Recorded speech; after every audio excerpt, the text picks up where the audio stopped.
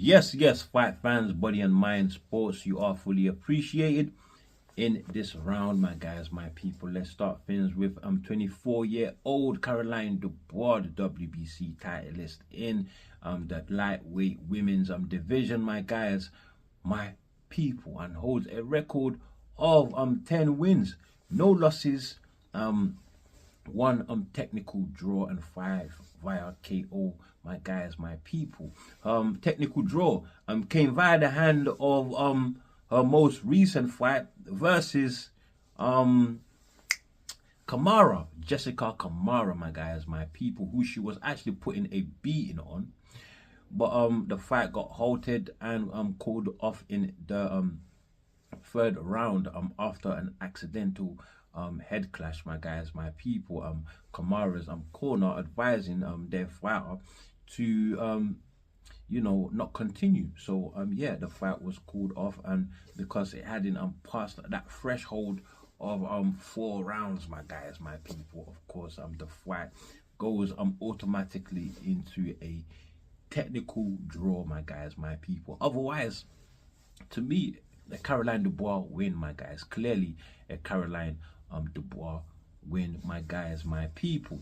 But Caroline Dubois herself is scheduled to fight on the 7th of March, the undercard of Natasha Jonas and Lauren Price, their unification bout in the welterweight division, my guys, my people.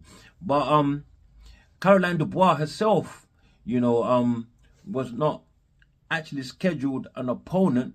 Although scheduled for that said date, she was not scheduled an opponent, my guys, my people.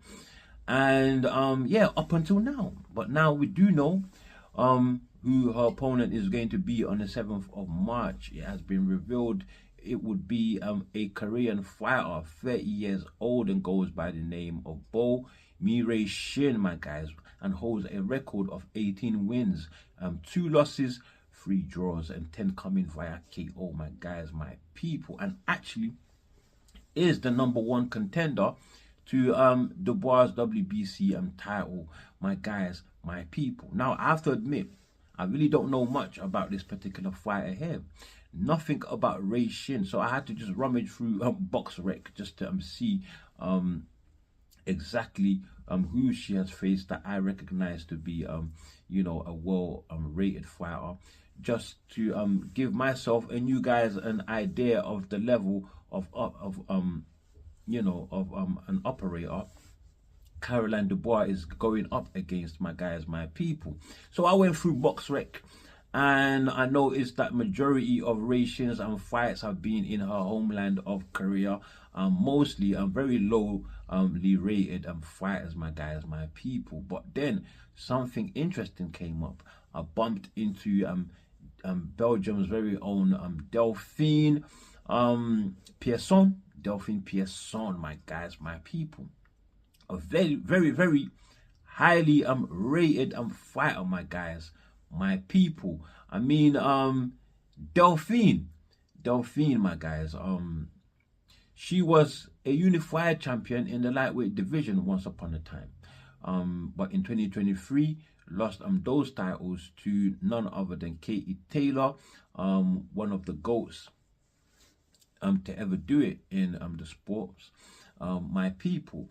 And yeah, well, she lost to Taylor on that occasion, but later on, that was when Delphine went on to face Ray Shin and beat Ray Shin in that occasion there. So yeah, Ray Shin herself though is highly rated, has a world ranking #2 in the world and #1 in her homeland of Korea, my guys, my people. So this is a highly rated fighter and #1 in the WBC, as I have said, my guys, my people. Regardless though of her ratings and rankings, Caroline Dubois says she is light years in levels far off from Delphine. I mean from Ray Shin, my guys, my people. And so with what she said there, I expect a whitewash, my guys. I am expecting a whitewash, my guys, my people. But now we know that Caroline Dubois is not going to be giving fans what they have been calling for. Of course, a fight with Terry Harper, the WBO titleist in the division, my guys, my people. So there is no unification bout with Harper. Neither would there be a unification bout with Beatrice Ferreira, the IBF titleist.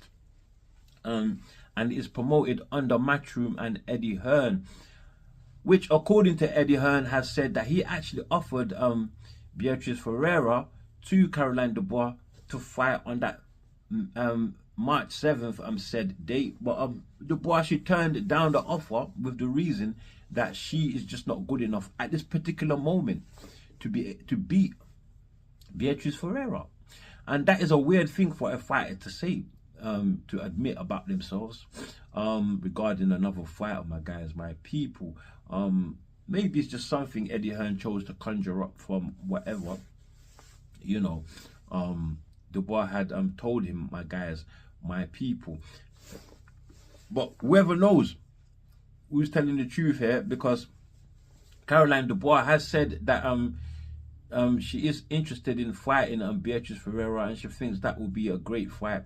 Not too far along the line, my guys, she is willing to make a unification with Beatrice Ferreira, my guys, my people. Because if she wasn't, then it will make her look very, very bad, especially if she admits that she's not good enough to beat Ferreira. It will make her look bad. Because was she not the one that was trying to drag Katie Taylor from 140 pounds to come down and defend her titles that she still held at 135 pounds, my guys, my people, after Taylor beat Amanda Serrano for the second time? Dubois was threatening either come and defend your titles or vacate them, you know, just so the 135 pound division, that is the lightweight division, is not stagnant.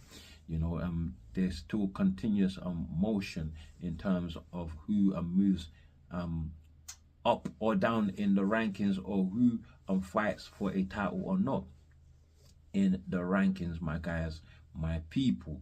So yeah, with that said, it would make Caroline Dubois look bad. Perhaps Eddie Hearn is simply just trying to do that and get some fan support, you know, behind a Beatrice Ferreira and Caroline Dubois fight, my guys, my people, just as he is currently trying to do with Naya Inoue, Marijon Ahmadaliyah, who fights under Eddie Hearn and Matchroom and is WBA mandatory to Naya Inoue, my guys, my people, at the super bantamweight division, my guys, my people.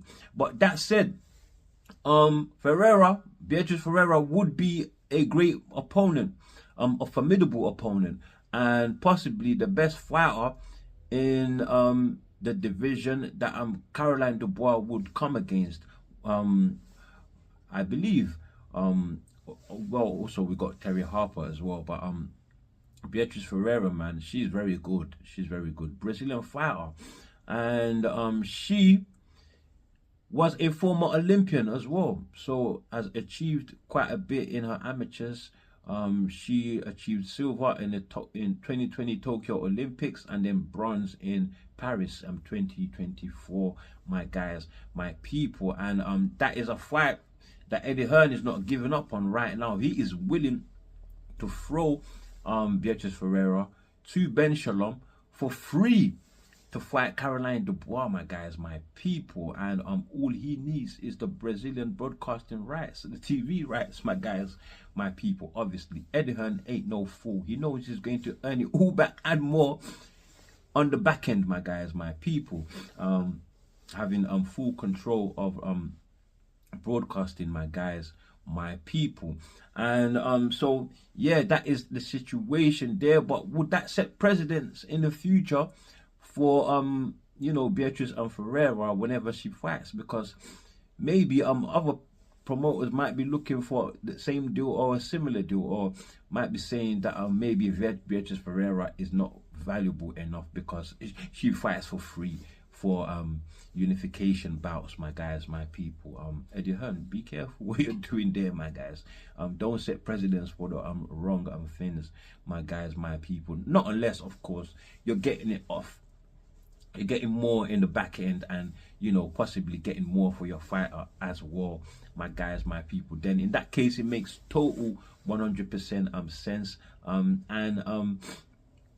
a hidden way to get paid and get paid more, my guys, my people. Well, anyway, my guys, Eddie Hearn, who has been raving and writing lately about fighters from other promotions avoiding fighters from his matchroom stables, my guys, my people. I mean, he raved and ranted about, spoken already about Naya Inoue avoiding Marijan Akhmadaliev. Then he talked about Caroline Dubois. I've spoken about that. And the latest, or one of the latest, amongst the latest, my guys, my people, Anthony Cacace, who is the IBF champion, or well, now the former IBF champion at the super featherweight division. He actually won the IBF title by surprisingly upsetting Joe Cordina, now the former IBF champion, my guys, my people, who has now since moved up to lightweight, my guys, my people, and was supposed to face Shakur Stevenson. Well, we know that fight didn't happen due to Shakur getting a hand injury, my guys, my people, and that was, I believe, in October, the undercard of Artur Beterbiev versus Dmitry Bivol for their first undisputed fight. We know Shakur is rescheduled again for the rematch of Bivol and Beterbiev, 22nd of February. But no Cordina, my guys, no Cordina. Instead, Shakur is going to go on to fight highly rated prospect in Philip Schofield, my guys. Is it Philip Schofield? Floyd Schofield. Who's Philip Schofield? I had that name pop in my head. Anyway, his name is Floyd Schofield, my guys, my people. Right. Let's talk about Cacace. Cacace, no longer the IBF titleist in the super featherweight division, because he has dropped that title, my guys, my people, to avoid another Eddie Hearn fighter that goes by the name Eduardo Sugar Nunes, my guys, my people. He is supposed to be a ferocious puncher, he is, my guys. And Cacace's reasoning is that he is a prize fighter, and from now going on forward, he's only looking for the biggest fights, just to secure himself and his family's future, my guys, my people, which makes a lot of sense if you ask me, because the sport of boxing forgets about you once you leave the sport. The fans forget about you. Everybody forgets about you. You just don't care, and you just be dead broke with nothing and no help, my guys, my people. So he's trying to secure himself, but at the same time, the same token, we have to admit that this is a clear duck. Simple. It is a clear duck, my guys. He has admitted actually ducking Sugar Nunes indirectly, my guys, my people.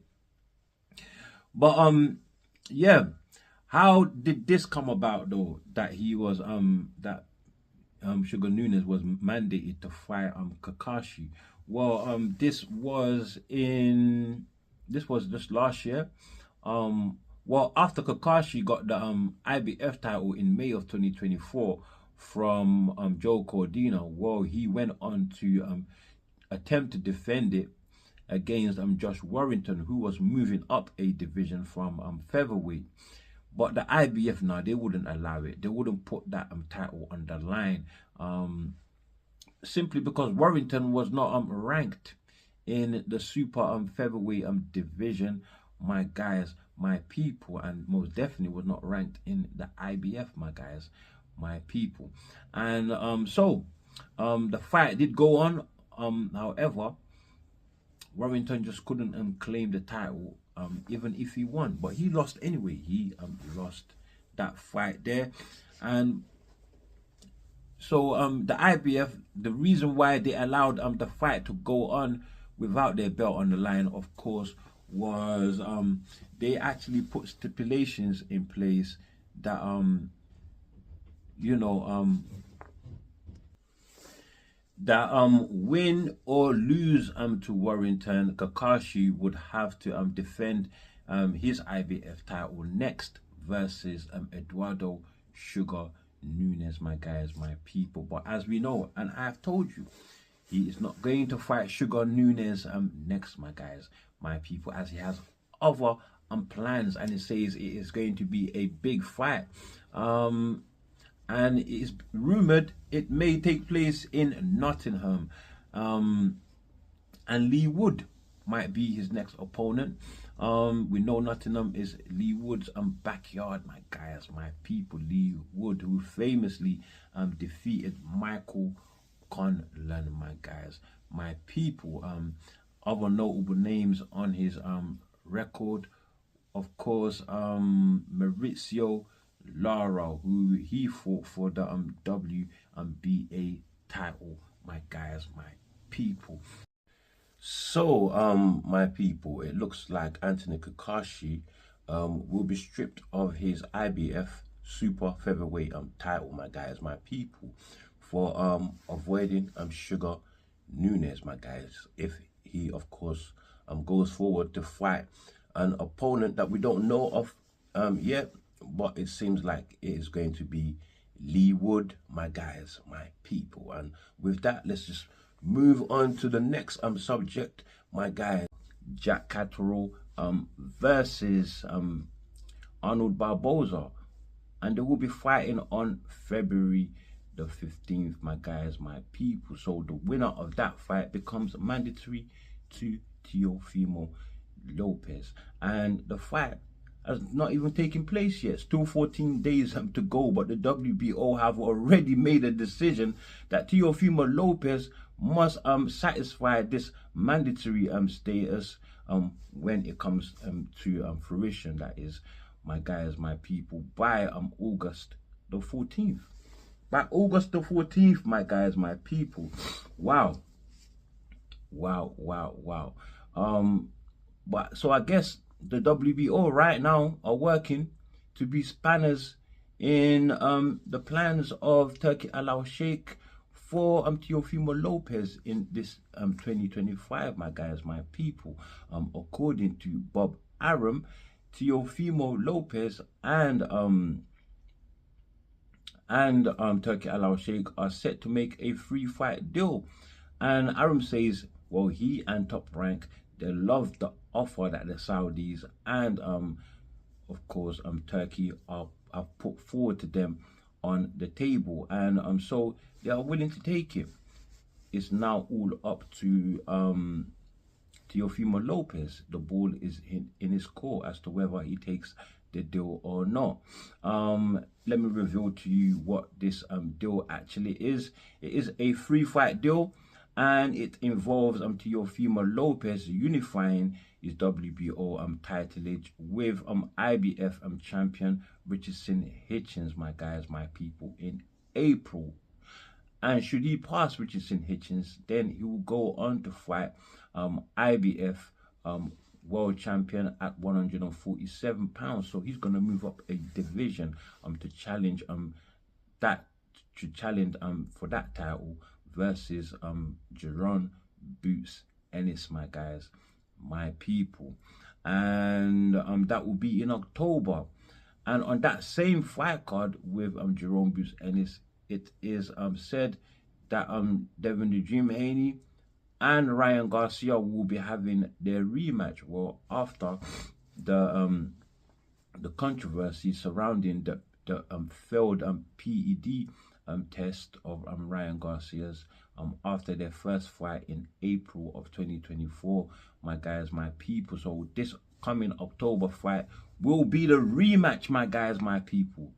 The rematch, my guys, my people. And then in February, well, that's February 2026, my guys, my people.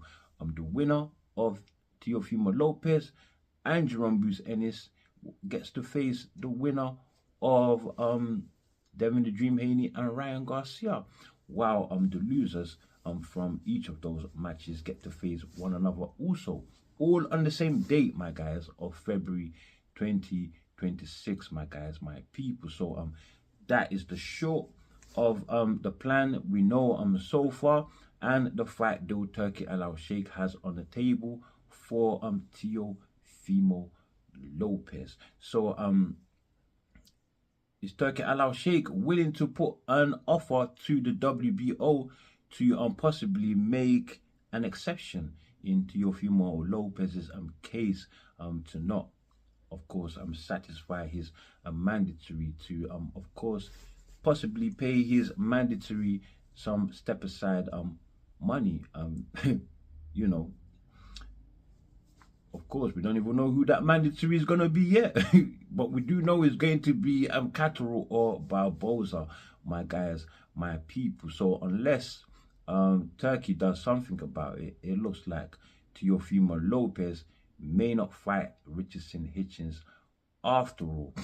But besides that, even without the WBO stepping in, it seems that Teofimo Lopez may not be able to fight Hitchens in April at all, because Eddie Hearn, who promotes Richardson Hitchens, has come out to say that Hitchens, although they want that fight, and of course Eddie Hearn has spoken about that fight deal with Turki Alalshikh, they will not take Teofimo Lopez as their first outing since Hitchens winning the IBF title. So Teofimo will not be his first defense, not a unification, my guys, my people. But instead, they may be fighting George Kambosos in spring or summer. My guys, my people. So the WBO is in the way, and Eddie Hearn and his fight plan with George Kambosos is in the way, my guys, my people. However, though, Teofimo Lopez yet to make a mandatory defense of that WBO title since winning it from Josh Taylor in 2023, has only made voluntary defenses against number one, who was the first person? It was Jermaine Ortiz, and then you know, his last opponent that he faced, Steve Claggett, my guys, my people. So you're supposed to make at least one mandatory defense yearly, and he's yet to make one. So yeah, as things stand, if Turki Alalshikh can't do anything about the situation, which I think most probably he will be able to. Nothing is impossible with Turkey, my guys, my people. But currently though, WBO and Eddie Hearn's plan for George Kambosos are in the way. So that's it from me on Body and Mind Sports. But before you leave, my guys, my people, do share, do like, subscribe, and of course drop your comments below. And as always, stay super